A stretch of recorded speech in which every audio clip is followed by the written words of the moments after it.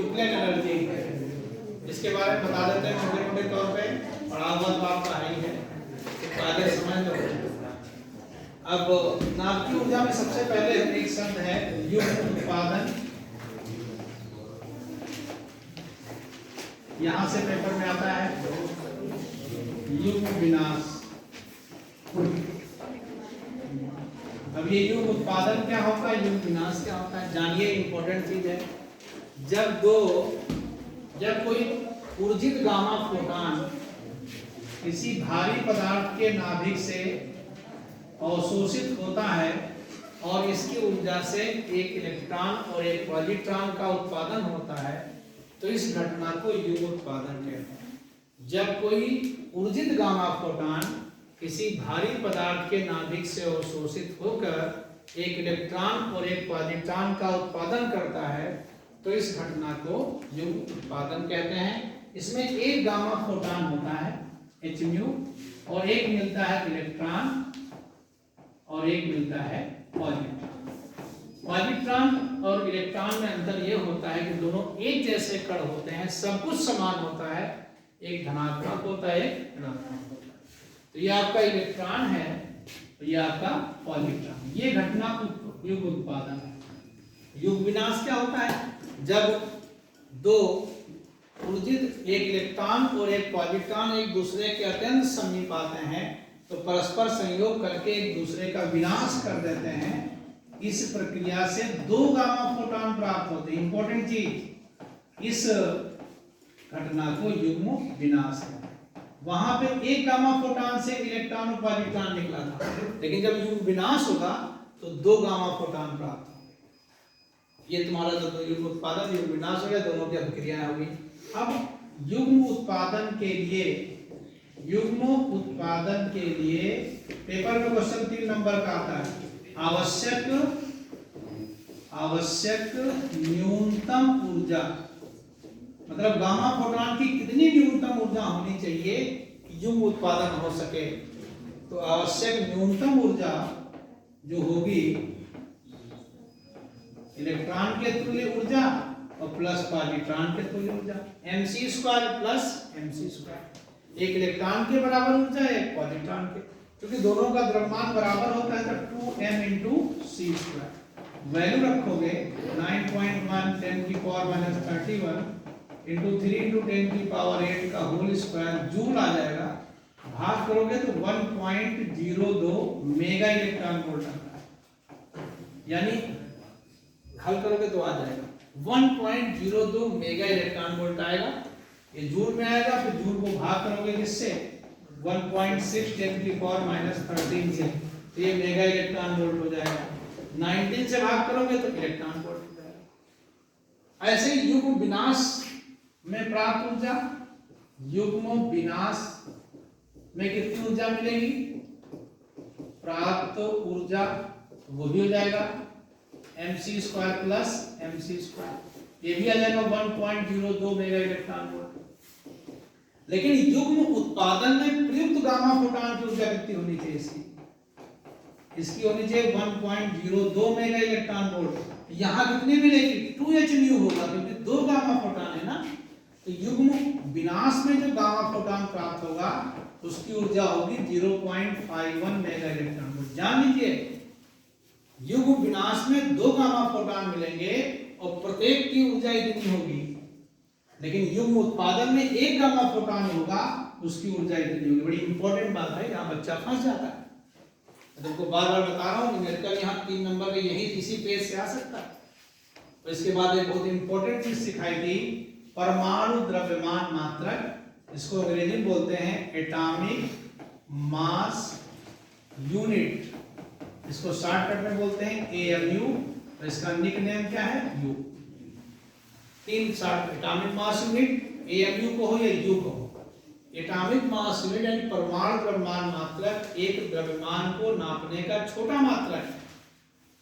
एक atomic mass unit carbon परमाणु के द्रव्यमान के 12वें भाग के बराबर होता है। खूब लिखा है तुमको, 1 AMU = 1/12 6 कार्बन 12 एटम का द्रव्यमान।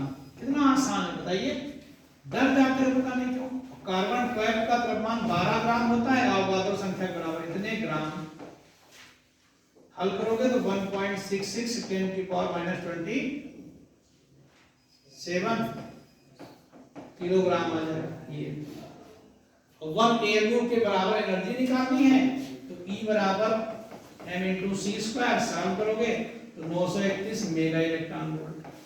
तो 1 AMU के बराबर इतनी एनर्जी होगी। ये भी 3 नंबर का, ये भी 3 नंबर का, ये भी 3 नंबर का, ये भी 3 नंबर का। कहीं से आ जाए घबराने की क्या जरूरत है यार, सबको तुमको मैंने पढ़ा रखा है। क्लियर? आई होप कि यहाँ को कोई दिक्कत नहीं। आज एक बार फिर रिवाइज कर लीजिए। अब इसके बाद इसमें है नाभिक के बारे में। नाभिक की द्रव्यमान शक्ति क्या होती है और ये बंधन ऊर्जा क्या होता है।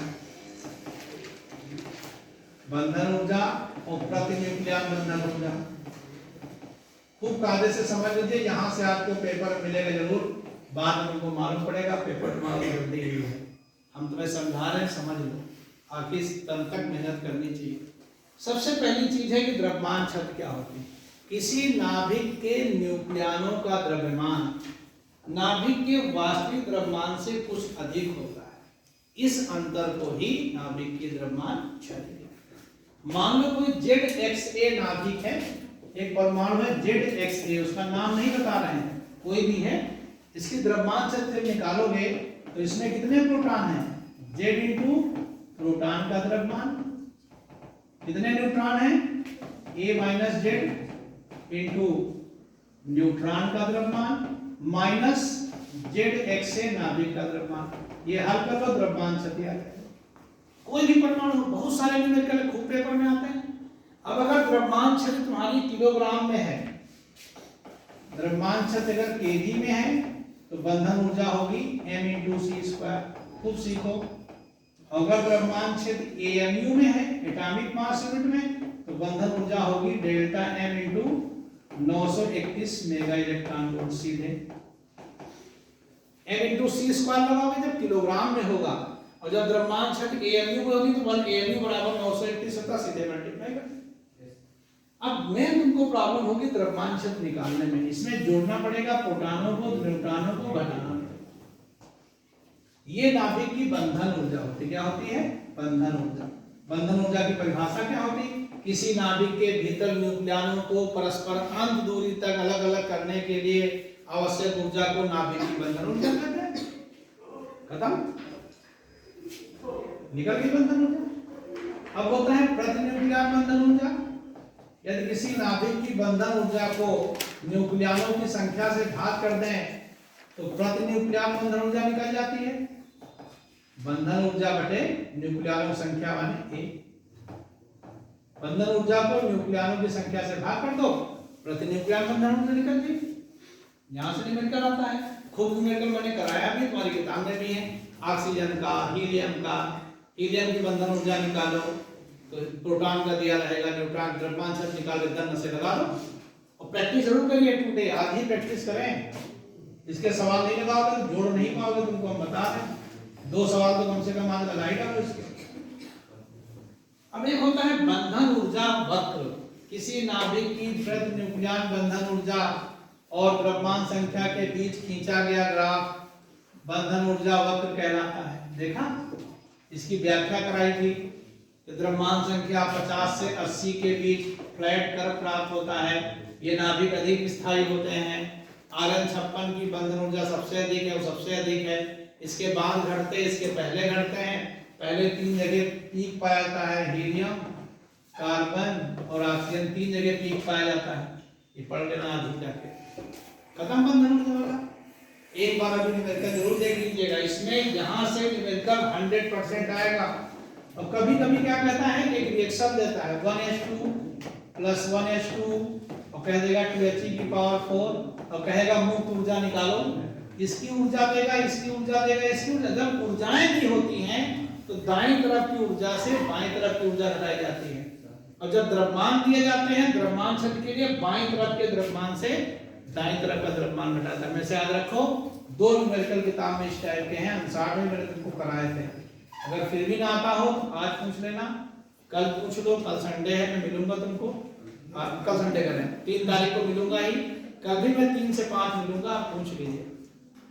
अकेले आओगे तो अकेले बता देंगे, 10 लोग आओगे तो 10 लोग बता देंगे, लेकिन अब भांजेंगे नहीं। अब तुम जो पूछोगे वो बताएंगे।